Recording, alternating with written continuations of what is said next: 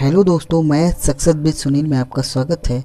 आज हम लोग पढ़ेंगे निर्देशांक ज्यामिति की सभी प्रमुख सूत्र। तो इसमें सबसे पहले दो अक्ष, एक एक्स अक्ष होता है और एक वाई अक्ष होता है। एक्स अक्ष को बोलते हैं क्षैतिज अक्ष, इंग्लिश में इसे बोलते हैं हॉरिजॉन्टल एक्सिस। दूसरा हमारा अक्ष कौन सा है? ऊर्ध्वाधर अक्ष। ऊर्ध्वाधर अक्ष को बोलते हैं परपेंडिकुलर एक्सिस। तो हमारे निर्देशांक ज्यामिति में कुल दो अक्ष होते हैं। हाई स्कूल में, इंटरमीडिएट में 3 axes X Y Z axes ले लेते हैं, लेकिन हाई स्कूल में 2 एक्सेस को लेकर के हम चलते हैं इसमें। तो दो अक्ष जो होते हैं, एक्सेस मतलब होता है अक्ष, एक एक्स अक्ष हो गया, एक वाई अक्ष। तो अक्ष दो हो गए। ये दो अक्ष जिन बिंदु पर एक दूसरे को प्रतिच्छेद करती हैं वो मूल बिंदु होती है। वो मूल बिंदु को ओ से प्रदर्शित किया जाता है। तो मूल बिंदु की निर्देशांक क्या हो जाएंगे? 0 0 हो जाएंगे। अब इसमें चतुर्थांश देख लेते हैं। चतुर्थांश की संख्या 4 होती है। यहाँ से देखते हैं, ये प्रथम चतुर्थांश है और ये सेकेंड, इधर है तीसरा चतुर्थांश और लास्ट में ये चतुर्थ चतुर्थांश है। प्रथम चतुर्थांश के निर्देशांक जो होते हैं दोनों धनात्मक होते हैं। द्वितीय में क्या होते हैं? द्वितीय में प्रथम होता है माइनस ऋणात्मक और दूसरा धनात्मक होता है। तृतीय चतुर्थांश के निर्देशांक में दोनों ऋणात्मक होते हैं।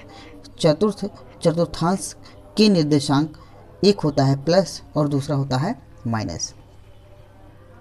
अब इसमें देखते हैं निर्देशांक। निर्देशांक को हम एक्स वाई से प्रदर्शित करते हैं, स्मॉल एक्स स्मॉल वाई।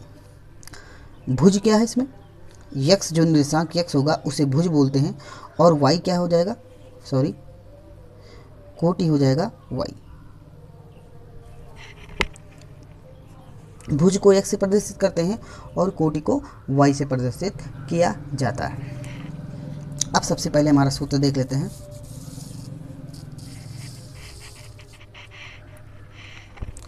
दो बिंदु के बीच की दूरी जब निर्देशांक दिया हो x1 y1 तथा x2 y2, ये हमारा a है और दूसरा b बिंदु है। यह a की निर्देशांक है x1 y1 और b की निर्देशांक x2 y2 है। तो इनके बीच की दूरी ज्ञात करना है। a से b के बीच की दूरी ज्ञात करना है कि इसके बीच की दूरी कितनी है। तो इसका सूत्र हो जाएगा d बराबर अंडर x1 माइनस x2 का whole square plus y1 minus y2 का होल स्क्वायर। इससे हम प्रश्नों को सॉल्व कर सकते हैं। नेक्स्ट हमारा दो बिंदु से खींचे जाने वाले रेखाखंड का मध्य बिंदु। अगर दो बिंदु है A और B, A की निर्देशांक x1 y1 है और B की निर्देशांक x2 y2 है, तो इसका मध्य बिंदु निकालना है। जैसे 10 सेंटीमीटर की कोई लकड़ी है, उसका मध्य बिंदु क्या हो जाएगा? 5 सेंटीमीटर होगा, 10/2। ऐसे इसका मध्य बिंदु निकालना होगा। तो क्या करेंगे? x बराबर x1 प्लस x2/2। x1 और x2 को जोड़ देंगे और 2 से डिवाइड कर देंगे। y बराबर क्या हो जाएगा? y1 plus y2/2। नेक्स्ट है त्रिभुज। अगर कोई त्रिभुज दिया है, उसके निर्देशांक अगर ज्ञात हो, A का निर्देशांक है x1 y1, B की निर्देशांक है x2 y2 और C की निर्देशांक है x3 y3, तो इसका केंद्रक यहाँ पे मध्य बिंदु होगा। ये केंद्रक अगर ज्ञात करना है तो इसका सूत्र हो जाएगा x बराबर x1 plus x2 plus x3/3 और y बराबर क्या हो जाएगा? y बराबर हो जाएगा y1 plus y2 plus y3/3। ये भी इंपॉर्टेंट है सूत्र। नेक्स्ट देख लेते हैं।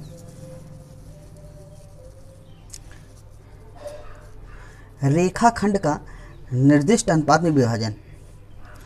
अगर इसके निर्देशांक अगर दिए हो x1 y1 x2 y2 और अनुपात भी दिया हो किस अनुपात में विभाजित हैं, तो अनुपात अगर दिया हो कि ये m1 व m2 अनुपात में विभाजित हैं, तो अंतर विभाजन का सूत्र होगा x बराबर m1 x2 plus m2 x1/m1 plus m2। y बराबर क्या हो जाएगा? m1 y2 plus m2 y1 बटे m1 प्लस m2। इसी प्रकार से बाह्य विभाजन का सूत्र होगा x बराबर m1 x2 minus m2 x1 अपान m1 माइनस m2। y बराबर क्या हो जाएगा m1 y2 minus m2 y1 अपान m1 माइनस m2।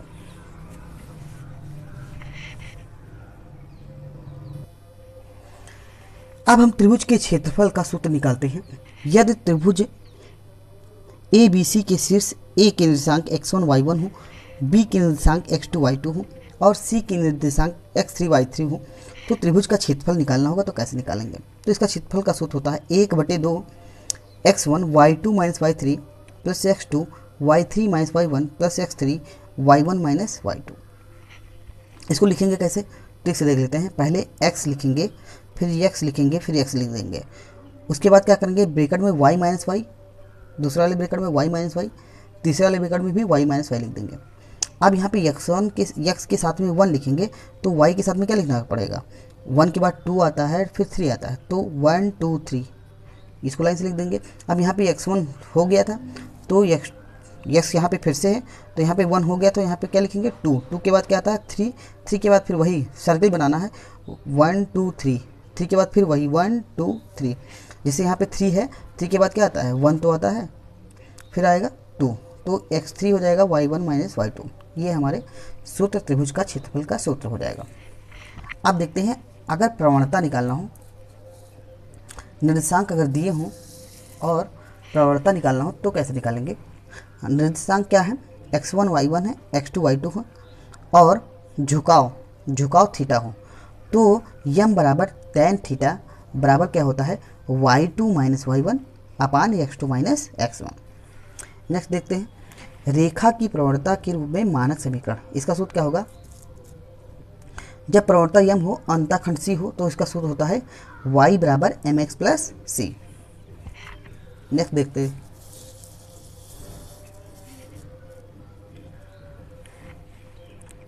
यदि निर्देशांक x1 y1 तथा प्रवणता यम हो तो रेखा का समीकरण क्या हो जाएगा? y माइनस y1 बराबर m x minus x1। 9 number पर है हमारा यदि निर्देशांक ए के निर्देशांक x1 y1 है तथा बी के निर्देशांक x2 y2 हो तो इन बिंदु से होकर जाने वाली रेखा का समीकरण क्या होगा? y माइनस y1 बराबर y2 माइनस y1 अपान x2 माइनस x1। ब्रैकेट में क्या हो जाएगा? x minus x1। नेक्स्ट देखते हैं यदि रेखा x अक्ष तथा y अक्ष पर काटे गए अंतःखंड दिए हों तो रेखा का समीकरण क्या होगा? x upon a plus y upon b is equals to 1 हो जाएगा। नेक्स्ट है लंब रूप या अभिलंब रूप। इसको जान लेते हैं। यदि मूल बिंदु से रेखा पर खींचे गए लंब की माप p तथा इस लंब का धन x अक्ष से झुकाव अल्फा हो तो रेखा का समीकरण क्या होगा? रेखा का समीकरण होगा x cos alpha plus y sine alpha बराबर p। नेक्स्ट हमारा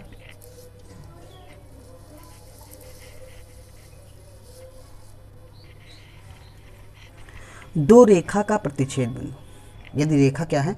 a1x plus b1y plus c1 बराबर 0 हो और a2x plus b2y plus c2 बराबर 0 हो तो प्रतिच्छेद बिंदु का सूत्र हो जाएगा x बराबर b1 c2 minus b2 c1 अपान a1 b2 minus a2 b1।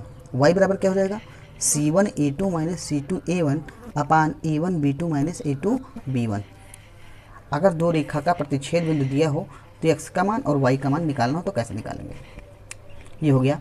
Next है 13 नंबर पर हमारा है सूत्र दो सरल रेखा के बीच का कोण निकालना हो तो कैसे निकालेंगे? दो सरल रेखाएं दी हुई हैं y बराबर m1 x plus c1 y बराबर m2 x प्लस c2 तो अल्फा बराबर हो जाएगा tan inverse m1 minus m2 अपान 1 प्लस m1 m2। नेक्स्ट है दो रेखा के परस्पर समांतर होने का प्रतिबंध। दो रेखाएं आपस में कब समांतर होंगी? पहले रेखाएं अगर दी हैं इस तरीके से y बराबर m1 x plus c1 y बराबर m2 x प्लस c2 ये दूसरी रेखा है। यदि इनकी प्रवणता निकाल लिया जाए और इन दोनों प्रवणताओं का मान बराबर हो, कहने का मतलब m1 बराबर m2 आ जाए तो ये दो रेखाएं हमारी क्या हो जाएंगी? परस्पर समांतर हो जाएंगी। 15 नंबर पर है दो रेखाओं के परस्पर लंब होने का प्रतिबंध। ये भी इंपॉर्टेंट है, दो रेखाओं के परस्पर लंब होने का प्रतिबंध। दो रेखाएं परस्पर लंब कब होंगी? दो रेखाएं दी हुई हैं y बराबर m1x प्लस c1, y बराबर m2x प्लस c2, तो इसका प्रतिबंध ये होगा m1 इंटू m2 बराबर -1। इसका कहने का मतलब ये हो गया कि दोनों की प्रवणताओं को निकाल लेंगे और प्रवणताओं को गुणा करने के बाद अगर उसका मल्टीप्लिकेशन -1 आ जा रहा है -1, तो हमारा क्या हो जाएगा? दो रेखाएं परस्पर लंब होंगी। नेक्स्ट है हमारा 16 नंबर पर p x1 y1